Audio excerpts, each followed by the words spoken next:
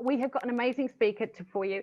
About a month, 2 months ago, we sat down and we were trying to find someone amazing to come and talk. We've been to some amazing Zooms in the last few months, and we've been to some pretty non-amazing Zooms. So we want a great speaker who is interactive, knows what she's talking about, and can give us something to help us in our daily life, and who knows, in something much, much bigger, hopefully.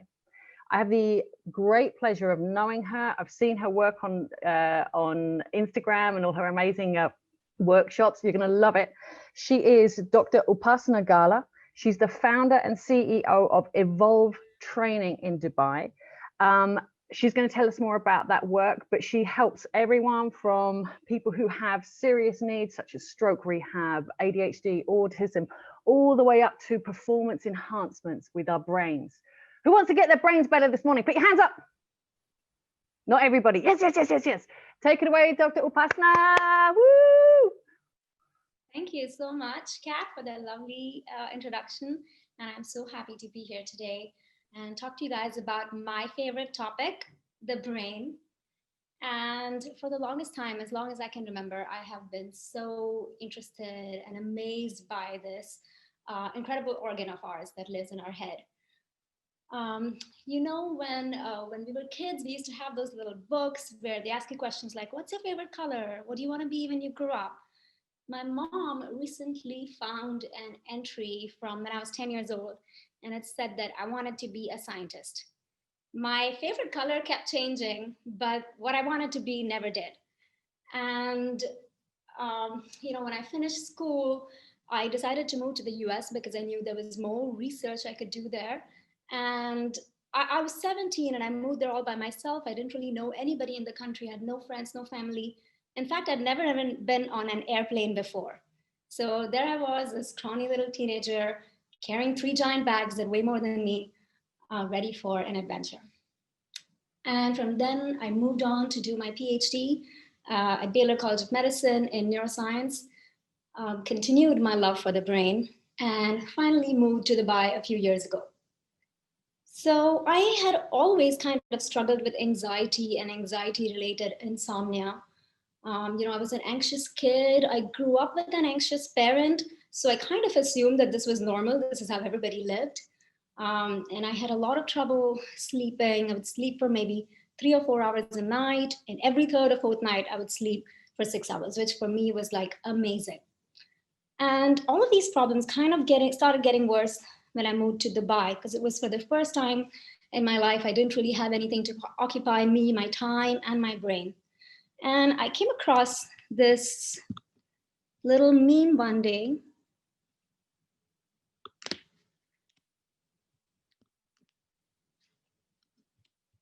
So, if you guys can see it. So there's this girl who's like, oh, men fall asleep so quick, bro, what's the secret? And then this guy replies saying, oh, we don't create fake scenarios in our heads that keep us up all night. Now, while I don't agree with the gender stereotyping, but that was me. You know, every little thing in my life, I would make such a big deal about it in my head. And while the real issue may be real and it might be small, but in my head, it's this giant, inconquerable thing, completely unreal and completely unnecessary. And it was really affecting my sleep. Already, I was a bad sleeper and my sleep was just getting worse. And I would just lay awake in bed trying to go to sleep, and my brain would just not shut up. It's like somebody left the radio on in my brain and I didn't know where the off switch was. And I realized pretty soon I need to do something about this, because this bad sleep was affecting every other area of my life. My focus, my mood, even my relationships. So that's when I heard about neurofeedback. Somebody introduced me to it and I was like, okay, I will try anything. I want to try it. I need to get better. So that was the best decision I made in my entire life. I mean, I have never slept better. My anxiety is dramatically reduced. The same situation that I know in the past would send me down a spiral or keep me up all night, I recognize it now and I realize that it has no power over me. And having undergone this transformation in me, I realized I had to learn more about what this neurofeedback is. So I decided to go back to the US become trained as a neurofeedback therapist, came back to Dubai, tried it on my very lovely friends and family who let me try it on them, and saw just as amazing results as I saw with me. So that's when I decided to start my company, Evolve Brain Training, which is at Business Bay. And we help people with everything, as Kat mentioned, from attention, focus to anxiety, stress management, improving your motivation, procrastination, all of these things.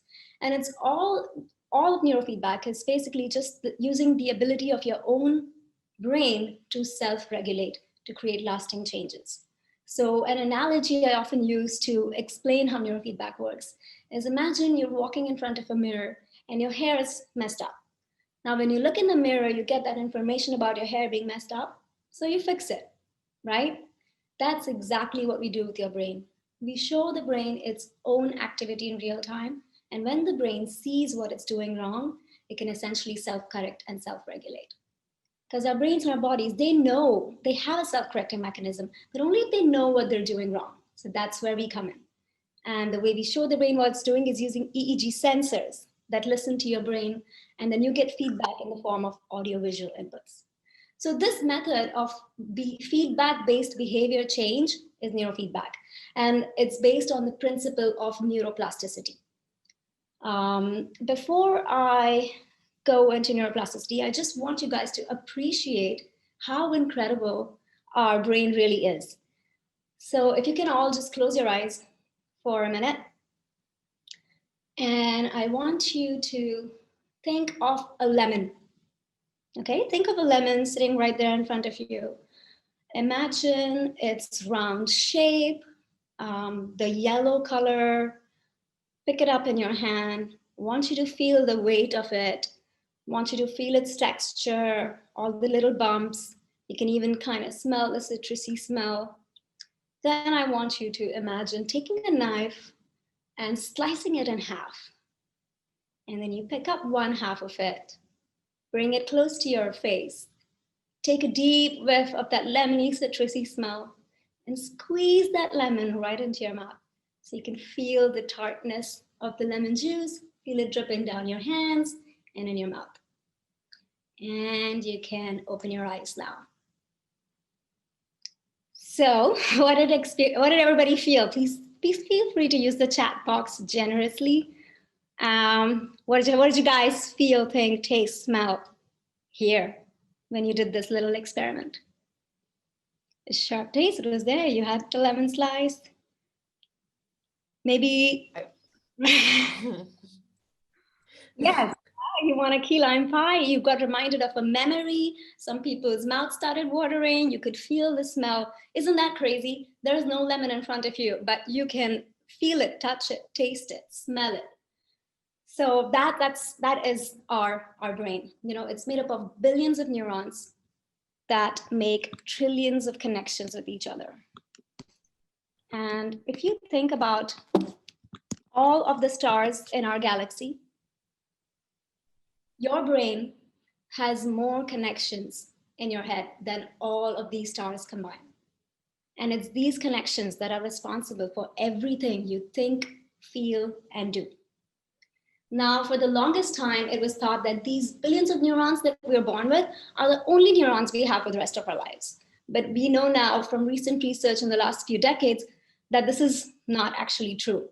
We continue to create new neurons in a process called adult neurogenesis, especially in a very important part of the brain called the hippocampus. And as I'm sure you know, the hippocampus is the part of the brain that's responsible for learning and memory. So if you have ever learned a new hobby or a new habit, it's because of these new neurons in your hippocampus. And knowing how important these new neurons, these new adult born neurons are to our continued learning, it would be interesting to know if we can actually increase our own neurogenesis, if it's in our hands or not. Fortunately for us, the answer is yes. It is actually in your hands how many more neurons you create as an adult. So we're going to do a little pop quiz. I'm going to give you guys a bunch of activities, and you tell me, maybe one of you can have your mic on. You tell me if it increases neurogenesis or decreases neurogenesis, okay? What about learning? What do you think? Increases. Definitely, it increases neurogenesis. So creates new neurons. What about stress? Decreases. Decreases. Stress will decrease neurogenesis. What about sleep deprivation? Decreases. Sleep deprivation does decrease. Sleep is actually really important for learning and memory and to make sure that you create new neurons in your hippocampus. What about, let's say, intimacy? Increases. Increases. Yes, very true. But remember, it's all about balance. You don't want to be in a situation where too much intimacy causes sleep deprivation. What about aging? Oh. Decreases. Decreases. It does decrease, however, neurogenesis continues to happen even as you get older, but it decreases. But it is in your hands. If you are aging and you're doing all of these other things like learning and being intimate, exercising, all of these things, you can actually slow down the decline of neurogenesis even as you get older. What about physical exercise like running? Increases. It does increase. So not only does physical exercise increase neurogenesis, it actually makes your hippocampus bigger, it improves your learning and memory, and it also improves and increases the production of 3 really important neurotransmitters in your brain: dopamine, serotonin, and norepinephrine. And these neurotransmitters are important for motivation, for your mood, make you happy, and they're important for you to be able to focus and pay attention. So knowing how much physical exercise does for our brain, let's start off with just like a 30-second on-the-spot jog. I want you guys to just get blood and oxygen to the brain. I know it's a little bit early morning for some of us, especially those of us from Belgium. So on the spot, jogging. Come on, guys. 30 seconds.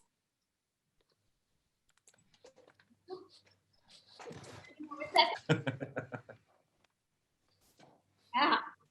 Get your heart rate up, get more blood and oxygen to our brain. Brain gets sharper. There's a lot of people not putting their screens on here. Come on, people. See that. I can see that there's a lot of people who aren't jogging. Yeah, I'm jogging. 3, 2, Neurogenesis. good job, guys. Stop sharing my screen. Okay, I hope everyone is feeling a little bit more awake than they were. Exercise is a much better way to wake your brain up than coffee. So, you know, it's not only about the number of neurons. So it's great that we can create more neurons by doing all of these activities, but it's also about the connections that our brain makes. So the more connections our brain makes, the sharper we are, and the more neuroplastic our brain becomes.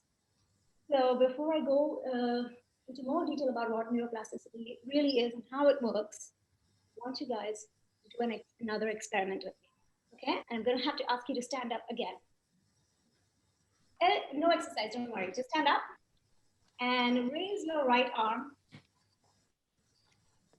and turn it as far back as you can go. And just pay attention to how far back you went. You know, just keep a track of what you can see. Okay, and then come back.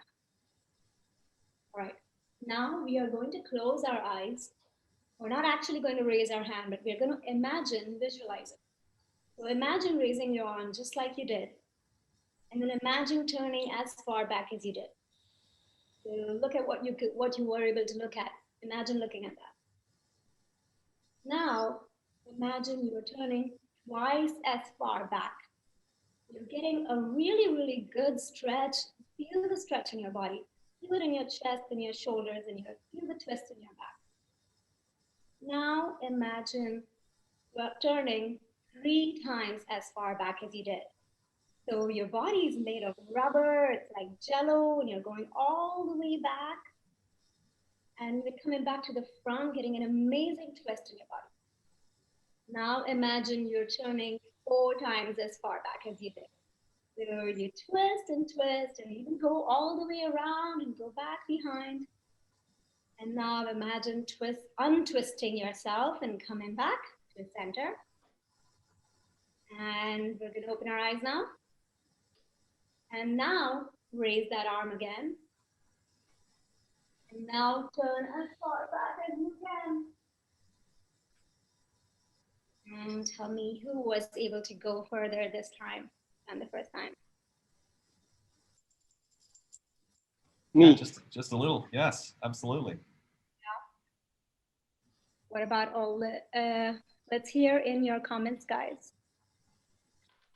Much further. So some of you would have been able to go a little bit further. Some of you would have been able to go much further. 25 to 50. Much further. Yeah. So those Definitely. of you much further are much better imaginers and visualizers. So tell me, the people that, everybody I think would be able to go further, right? But a little bit or a lot. Do you guys think that you were physically incapable of going that far the first time? Yes. You were, so what was the block Yes.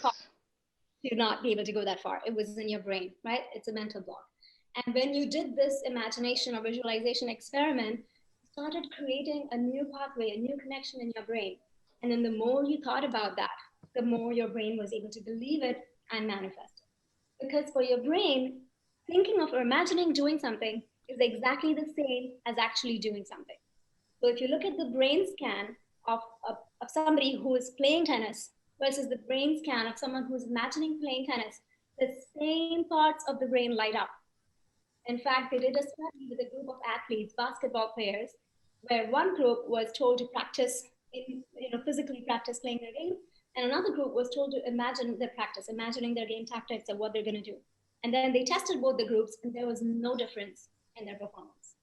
So that's how important the story you tell yourself in the head is. Maybe everyone can have their mics off. So, if you're afraid of talking in public and you keep telling yourself, oh, I'm gonna suck, I'm gonna mess up, people are gonna hate me, I'm not gonna be confident, your brain believes it now, and that's exactly what's gonna happen. Whereas if you go into it thinking that you're gonna be great, you're gonna be confident, you're more likely, because your brain now believes that and will be able to manifest it better. And it's not just new age theory, it's actually based on the principle of neuroplasticity. That is how your brain really works. So let's do a couple of exercises now that help our brain's neuroplasticity. Exercises that will allow our brain to form new connections between its neurons. For this one, I'm going to need your hands. So I want you guys to make a thumbs up sign with one hand and stick your pinky out with the other. Now you have the thumb up with the other hand and pinky out with the first. Give you guys some time to do that. Okay, now we switch both together. So thumb and pinky. Do both at the same time. And switch again. We're gonna do this 5 times, guys. Switch, switch, switch, switch, and a couple more times. Switch and switch. Good job, guys. How was it? Tell me in your comments. Somebody's like, impossible, cannot do. Not bad. Possible, I think. So why? I think the more you focus on it, the more you focus on what you're doing, you just Right. gotta be very conscious about it, because it's not in our muscle memory to do that. So why exercise hard? The right hemisphere of your brain controls your left hand, and the left hemisphere of your brain controls your right hand. And usually our hands are used to mirroring each other's actions. So when you give each hand a different task to do, it really confuses the brain, but it is strengthening the connection between your 2 hemispheres. So the more you do this exercise, the stronger the connection between your 2 hemispheres becomes. And a brain that is better connected is better protected from future neurodegenerative diseases like dementia and Alzheimer's. And do this exercise, maybe you were not so good at it today, but the more you do this, the better and better you will get at it. Now, the idea is not to be better at this exercise, right? But the more you do this, the better generally you will be at hand independence. So if you're a musician, I know there's a lot of creative people in here. If you're a musician, it allows you to have better hand independence if you're playing the keyboard or the guitar. If you are an athlete, it allows you to have fine motor skills that are better. And in general, if you're a multitasker like all of us today, it allows you to be better at that too. So it's a great exercise to strengthen the connection between our 2 left and right hemispheres and to protect us from future neurodegenerative disease. You only need to do maybe for like a minute in the morning, a minute at night. And once you get better at this, okay, once you get really fast at it, then it's time to switch it up. Because the whole idea is to keep challenging and stimulating your brain, not to be good at this exercise. You want to constantly challenge your brain. And that's what neuroplasticity is about. The best thing that you can do for your brain health to make sure that it's fit and sharp is to never stop learning. So whether it's learning a new musical instrument or a new sport or even a new hobby like crossword puzzles, make a pact with yourself to learn one new thing this year. And please don't tell me you don't have the time to learn something new, because we all know that we spend hours and hours on our favorite device, our phones, which brings me to the next topic. So I realized this myself too. I was sitting on the couch, answering an email one day on my computer. And at the same time, I had Netflix on TV behind it. And then I was texting my friend on WhatsApp on my phone. And I realized, what am I doing? How many screens is going to be enough number of screens? A lot of us, the first thing that they do when they wake up in the morning is look at their phone. Or the last thing that they do is look at their phone. Not even their spouse, but your phone. So, we can't even be at a coffee shop waiting for a friend without spending that time on our phone. We have just, as a species, forgotten how to be bored. And I know this round sounds really silly, but being bored is actually a really important activity for your brain. So you know how people always say that, oh, our brains are so distracted. Our brains are not distracted. Our brains are just overstimulated because we're constantly bombarding it with information from our phones and emails and WhatsApp and Instagram and all of these notifications. So much so that if we are not in this extreme high level of stimulation, anything less than that is just not enough. And that's why when you're talking to a friend, you can't pay attention to them or you zone out, because just talking to your friend is not enough stimulation for us. Or just reading a book is not enough stimulation for us. But we really, really need to relearn the art of boredom. Because when you are bored, when you're not constantly bombarding your brain with information, that's when your brain has the time to wander. And when your brain is wandering, that's where the magic happens. When your brain is wandering, that's when it has the time to make connections between all the different things you might have seen in your life. You know how sometimes you think, you're like, oh, this idea just came to me. That idea did not just come to you. That idea was probably forming in your head for days, weeks, months, or sometimes even years. But when you gave your brain that quiet time to, finally start making connections between these things and give you this, creative insight on something, that's why you get your best ideas when you're driving down a boring route or when you're taking a shower, because your brain is in this relaxed awareness state where it has the time to think of creative solutions or think of novel ideas. So don't underestimate boredom, guys. Make it your friend. And next time you're waiting in line for your coffee, just wait in line. Or next time you're at a red light, just wait at the red light without picking your phone up. So, well, while we're talking about creativity and about, this is Creative Mornings, right? I want to do a little creativity exercise with you guys. So I'm sure you guys are going to be all amazing. But this one, I need you all to just, everyone needs to interact with me in the chat box.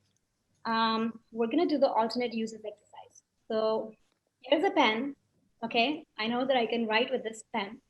I want you guys to tell me as many alternative uses for it as you can think of. What else can I use this pen for apart from writing? Good. And I want to see as many answers as I can. And the more creative, the better. Maybe Bhavika, you want to read out some of the answers? Yeah, sure. So we've got stir coffee, doorstop, spade. Use it as a hairpin to make a bun, magic wand, scratch, or using it as a baton, conducting an orchestra, poking someone in the eye, random. To eat with, Nicole says she could eat with her pen. That is a very creative use. Ear scratch, weapon, ear picker. Okay, a lot of us putting our pens in our ears.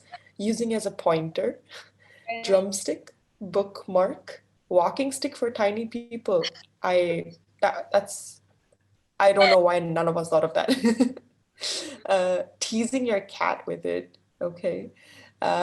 Scratching, hair clip, painting, straw, projectile, bite to relieve stress. Okay. Hand exercises for coordination, pea shooter, cat toy, measurer, javelin, untie a knot. Very nice. Okay. Wow. Bookmark, balance on nose. Okay. Use the ink to ruin a perfectly good white shirt. I mean, yes. Why don't we think of Or that? to make a tie and dye shirt.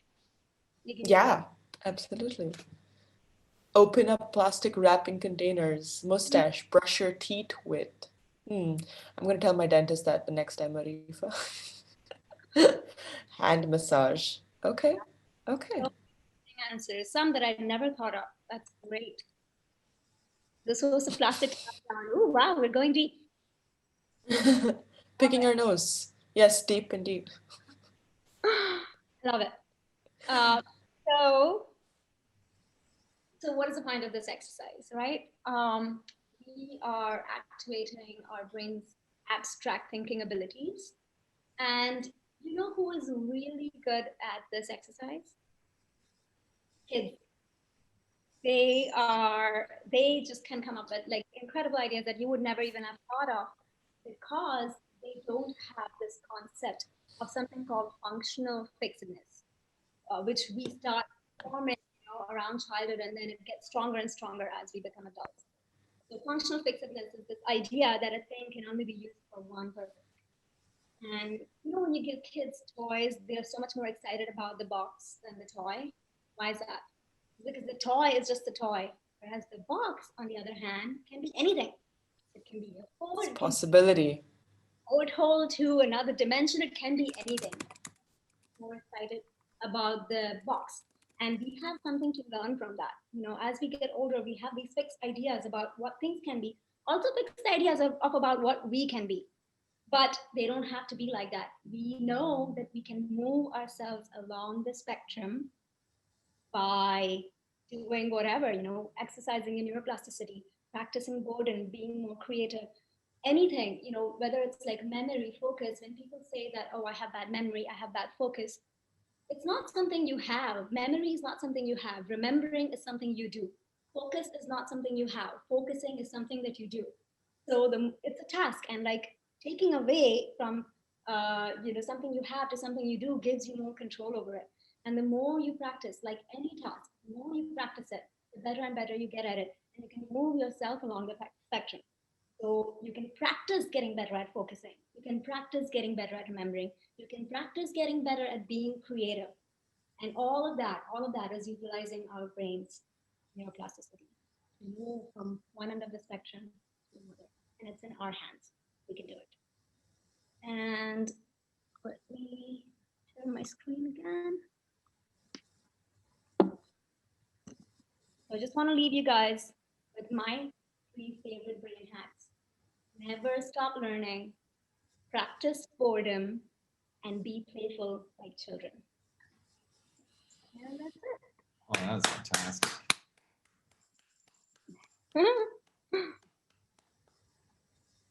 Thank you very much. That really, really was fantastic.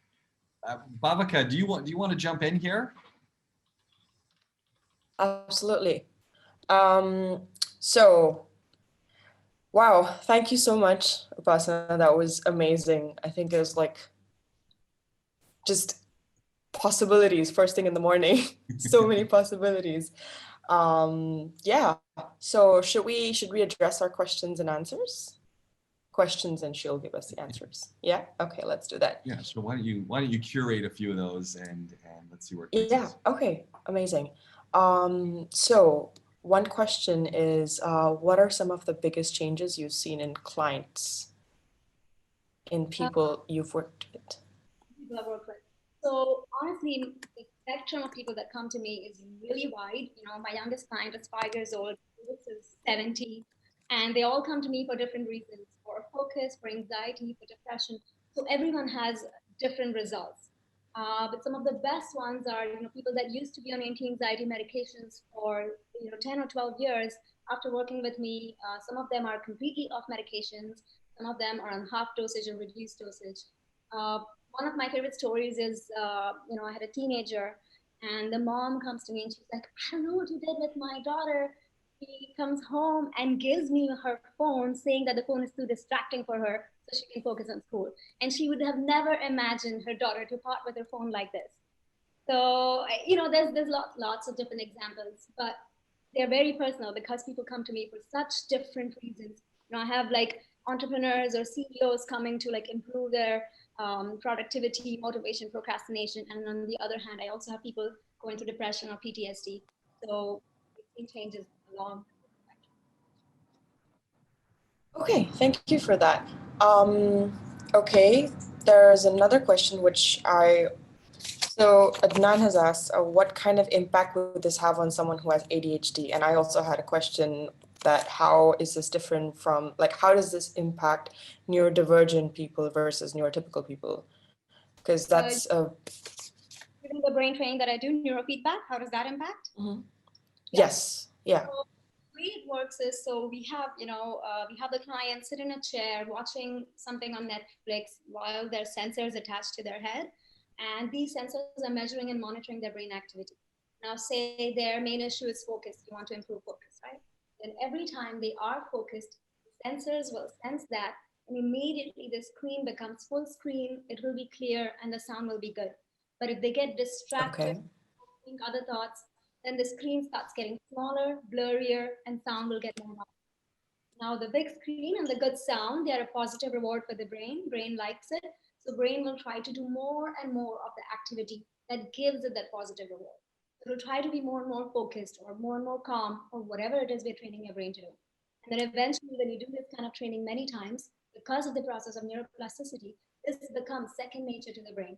And then even when they're not in my office doing this exercise, they're at home, at school, trying to do their homework, the brain remembers these tools and techniques. So that's how we make changes in people with ADHD. Okay, thank you for that.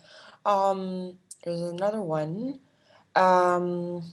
What are bad brain habits to avoid? That's from Kiran. Oh my God, the list is endless. But the number one thing, the phone, guys, like honestly, you don't understand the harm you're doing. It affects your memory, it affects your focus, it affects your attention, affects your sleep quality, all of this kind of thing. So I really think one of the biggest difference you can make in your life is, at least if you turn off your notifications. So, go to your phone when you want to go check your phone when you want to check, not because somebody texted you or somebody sent a notification.